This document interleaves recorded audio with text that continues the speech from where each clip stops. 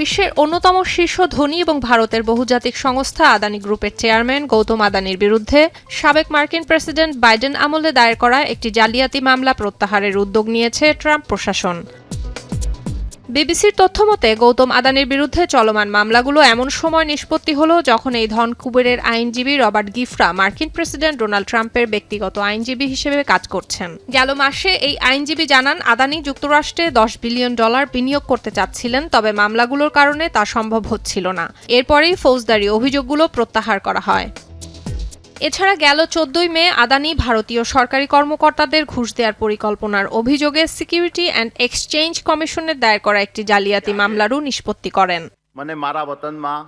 আদানির বিরুদ্ধে যুক্তরাষ্ট্রের অভিযোগ ছিল ভারতীয় সরকারি কর্মকর্তাদের $265 মিলিয়ন ঘুষ দিয়ে তার মালিকানাধীন আদানি গ্রিন এনার্জি ভারতের বৃহত্তম সৌরবিদ্যুৎ কেন্দ্র নির্মাণের অনুমোদন নেয়ার চেষ্টা করে। পরে এই প্রতিষ্ঠানের দুর্নীতিবিরোধী কার্যক্রম নিয়ে মিথ্যা তথ্য দিয়ে মার্কিন বিনিয়োগকারীদের বিভ্রান্ত করা হয়।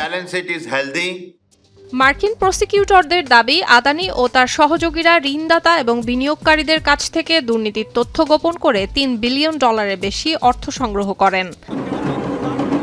যদিও শুরু থেকেই নিজেদের বিরুদ্ধে আনা সব অভিযোগ অস্বীকার করে এসেছে আদানি গ্রুপ।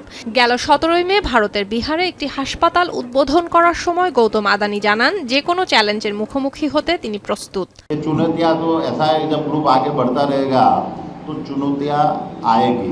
और हम चुनौतियों के लिए तैयार भी रहते हैं। वो इसलिए होता है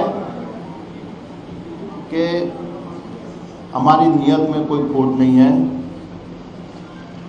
वही हमारे को अंदर का बल मिल रहा है।